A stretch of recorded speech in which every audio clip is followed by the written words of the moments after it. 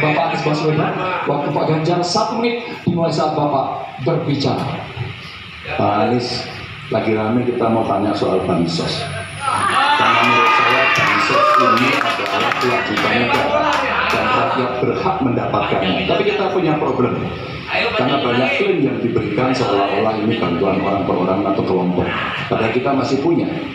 Ada data yang tidak valid, ada cara penyampaian tidak benar, ada protes yang kemudian tidak terverifikasi atau terrespon dengan baik.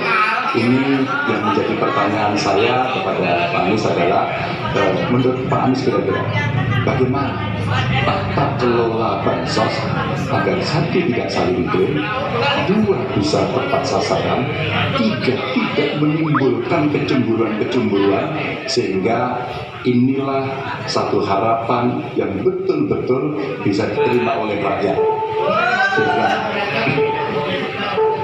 Masih ada waktu Bapak? Cukup. Kami persilakan calon presiden nomor urut 1 Bapak Anies Baswedan menjawab pertanyaan yang disampaikan oleh calon presiden nomor urut 3 Bapak Ganjar Pranowo. Waktu Bapak Anies 2 menit dimulai saat Bapak berbicara. Ya, terima kasih Pak.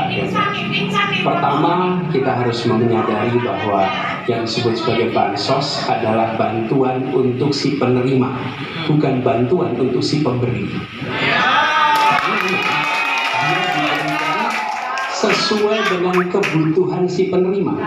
Kalau penerimanya membutuhkan bulan ini, ya diberi bulan ini. Kalau dibutuhkan 3 bulan lagi, ya 3 bulan lagi. Tidak usah dirapel semuanya. Ya, dijadikan sebagai sesuai kebutuhan. Yang satu menit, itulah yang disebut sebagai bansos tanpa pamrih. Jadi, pemberian bansos ini harus tepat sasaran.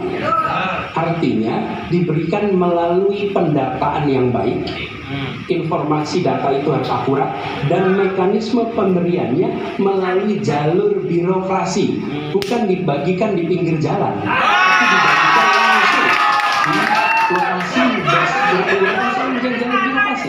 Yang ketiga, yang tidak kalah penting, ketika kita berbicara tentang bansos ini, harus bansos itu bisa dipastikan mereka yang miskin, prasejahtera itu termasuk di dalamnya. Jangan sampai mereka terlewatkan. Karena itu kami menyusun ini sebagai bagian dari perubahan adalah bansos plus. Angkanya ditingkatkan, yang belum masuk masih miskin dimasukkan dan diberikan bekal pelatihan, pendampingan supaya mereka pelan-pelan bisa mandiri dan hidup lebih sejahtera.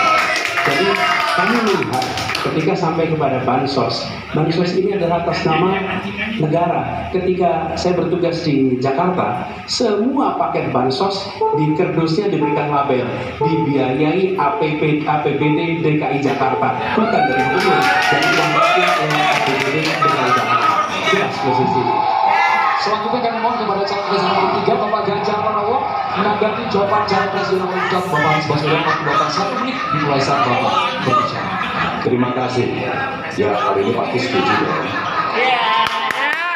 Karena proses logic thinkingnya adalah datanya diperbaiki. Ini yang pernah kita lakukan, dan ketika kawan-kawan KB sudah bersusah payah diberikan ke atas, balik lagi pada data yang sama.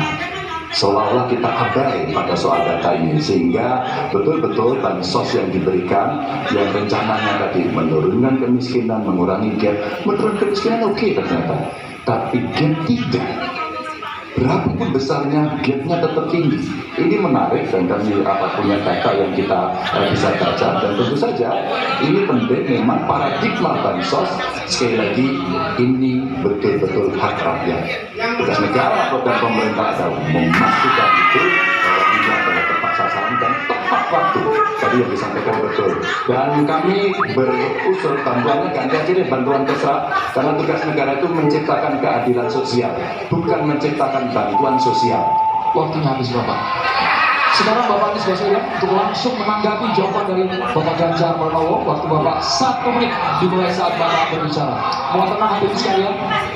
Ya, terima kasih Pak Ganjar. Dan yang dibutuhkan juga Pak Ganjar, kita harus mulai memikirkan opsi bahwa bantuan itu bisa berbentuk cash transfer, mengurangi potensi korupsi dalam pengadaan barang.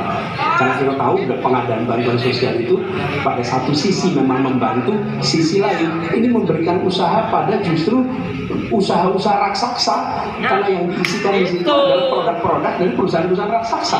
Dan ini yang menurut saya harus koreksi. Bila bantuan itu diberikan langsung dalam bentuk cash, ini salah satu yang perlu kita pertimbangkan. Mereka langsung gunakan sesuai dengan kebutuhannya. Lalu yang soal data ini sesungguhnya bisa dikerjakan bersama-sama. Kami pernah lakukan di situ, pasti sama nggak ya, berikan kepada RT, RW, mereka musyawarah mencocokkan siapa dalam daftar itu yang benar, siapa dalam berarti yang keliru. PKK, LMK, kemudian Karang Taruna, RT, RW, mereka bisa membantu. Datanya akurat, dananya dipakai sesuai kebutuhan. Makasih.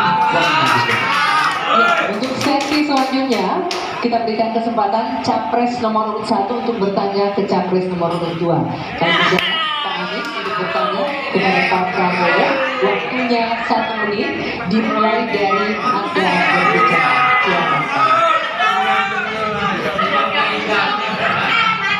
Silakan. Pak Prabowo yang saya hormati, gagasan yang Bapak bawa dan Bapak gaungkan adalah keberlanjutan. Pertanyaannya kemudian, apakah yang sekarang kurang dari pemerintahan ini akan dilanjutkan? Asumsi saya tidak. Yang kurang tentu tidak dilanjutkan. Karena itu pertanyaan yang perlu dijawab adalah terkait dengan persoalan perempuan. Bagi kami persoalan perempuan sangat penting, dan karena tadi tidak ditanyakan di dalam dialog tadi, maka saya merasa perlu untuk mengangkat tema ini untuk memberikan kepada kita yang nantinya berada di puncak kepemimpinan nasional, memberikan perhatian yang serius pada persoalan perempuan. Ini persoalan yang mendasar. Pertanyaannya, Pak, bisakah Bapak jelaskan apa yang kurang dalam pemberdayaan dan perlindungan perempuan sekarang dan bagaimana mengubahnya? Terima kasih. Ya, cukup waktunya. Silakan dijawab Pak Prabowo. Waktu Anda 2 menit untuk menjawab. Dimulai dari Bapak berbicara. Baik, benar sekali ya, kita benar-benar melihat bahwa peranan perempuan sangat penting dalam kehidupan suatu bangsa, dan karena itu fokus saya adalah tadi ya, membantu gizi makan untuk kedua, fokus kepada pendidikan.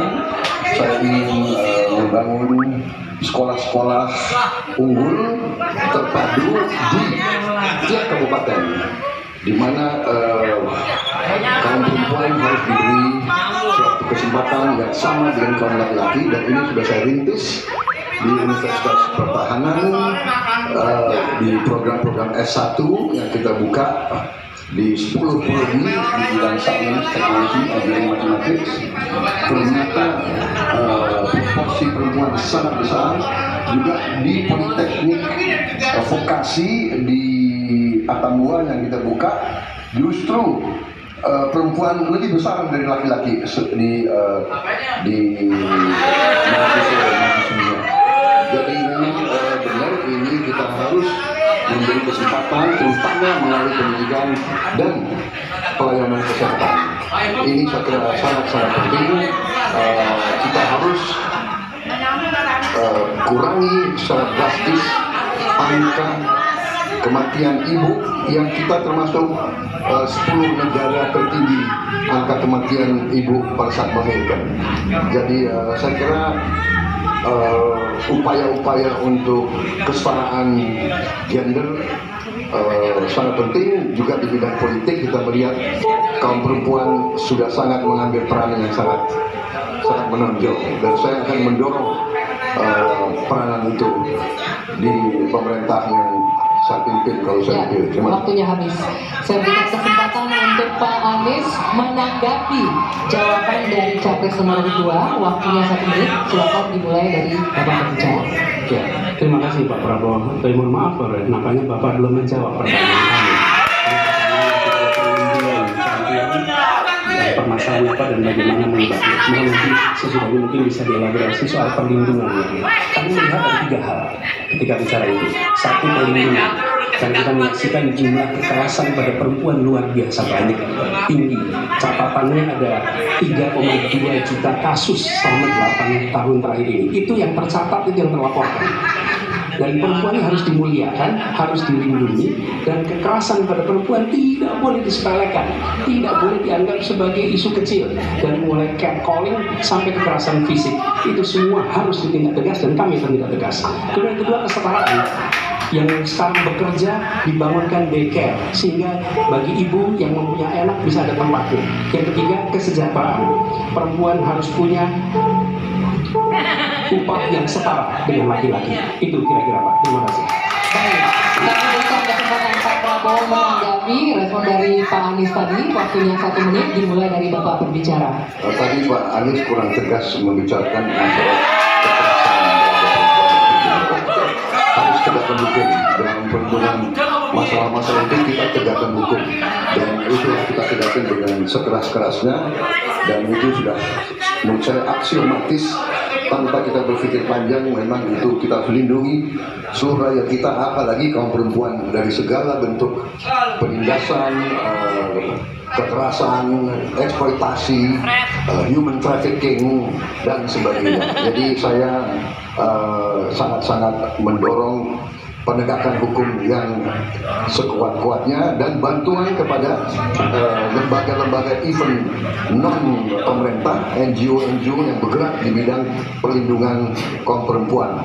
Saya sendiri aktif menyelamatkan kaum perempuan yang bekerja di luar negeri dari tindakan-tindakan kekerasan seperti itu. Terima kasih. Baik, terima kasih. Hadirin sekalian, sekarang waktunya Bapak Ibu di sini untuk memberikan apresiasi kepada para calon presiden yang telah memasuki sesi tanya jawab dan saling menanggapi. Kami persilakan Bapak Ibu untuk memberikan apresiasi setinggi-tingginya kepada para calon presiden. Sesi tanya jawab antara calon presiden tadi masih